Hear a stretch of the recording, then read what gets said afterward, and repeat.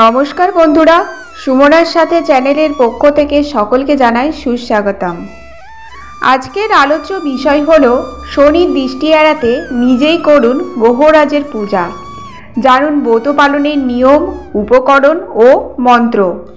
কোন কাজগুলো শনিবার করা উচিত না, শনিকে প্রসন্ন করতে কী বা করা উচিত, শনিবারে কি কি জিনিস দান করা উচিত, শনিবারে কোন জিনিসগুলো খাওয়া একেবারেই উচিত না। জানুন শনিদেবের প্রকোপ থেকে বাঁচার সহজ উপায়।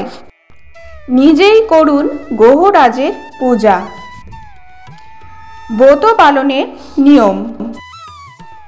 শনিবার সন্ধ্যাবেলা ঘরের বাইরের উঠানে এই ব্রত করতে হয়। এই পূজাতে সত্যনারায়ণ পূজার মতোই সিন্নি দেওয়া হয়। সারাদিন উপবাস থেকে সন্ধ্যায় শনিদেবের ব্রতকথা শুনে প্রসাদ গ্রহণ করবেন। ব্রতের উপকরণ।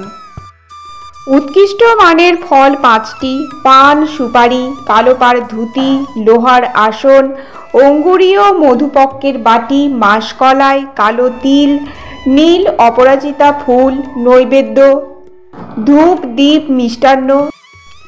সিন্নির জন্য আটা, দুধ, কলা, গুড়, বাতাসা, কালো মাটির ঘট, গঙ্গা জল, গঙ্গা মাটি ও পুষ্প। পূজা বিধি।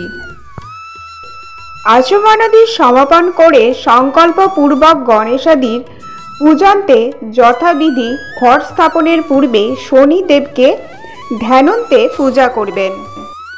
ব্রতের মন্ত্র। ধ্যান মন্ত্র।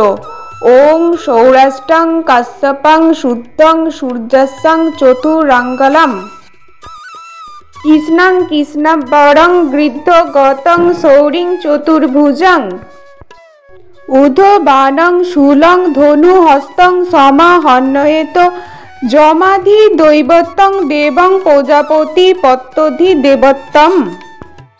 ধ্যানের সময় মূলত এই মন্ত্র পাঠ করতে হয় নিজ মনে। পূজা মন্ত্র। ওং ঐং হ্রিং ক্রিং শনিশ্চরায় নমঃ। প্রণাম মন্ত্র। ওং নীলাঞ্জন চয়ন পক্ষান রবি সুত মহাগ্রহম ছায়ায়ং গর্ভ সংভূতং বন্দে ভক্তা সনৈশ্বরম। নবগ্রহ, 10 দিকপাল, ছায়া, কালী, শিব, যম ও প্রজাপতি পূজা করার পরেই কিন্তু শনি পূজা করবেন। শনিবার কি কি কাজ করা অনুচিত।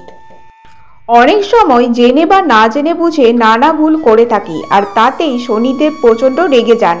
তাই শনিবার এই কাজগুলো করার সময় সতর্ক থাকা উচিত।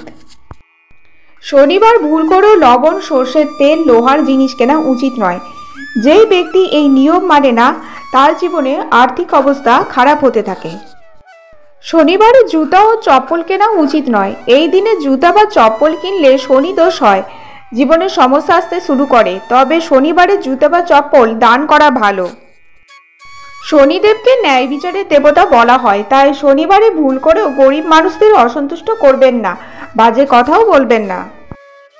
শনিবারে চুল ও নখ কাটা অশুভ বলে মনে করা হয়। শনিবারে অ্যালকোহল ও আমিষ জাতীয় খাবার খাওয়া উচিত না। আঁশযুক্ত খাবার খাওয়া মানে শনির মহাদশার প্রকোপে পড়তে হতে পারে।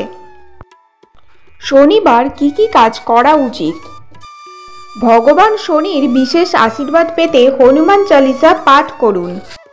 শনিদেবকে খুশি করার জন্য পিঁপড়েদের কালো তিল ও চিনি মিশিয়ে শনিবার খেতে দেওয়া উচিত। শনিবার সর্ষের তেল কেনা থেকে এড়িয়ে চলুন।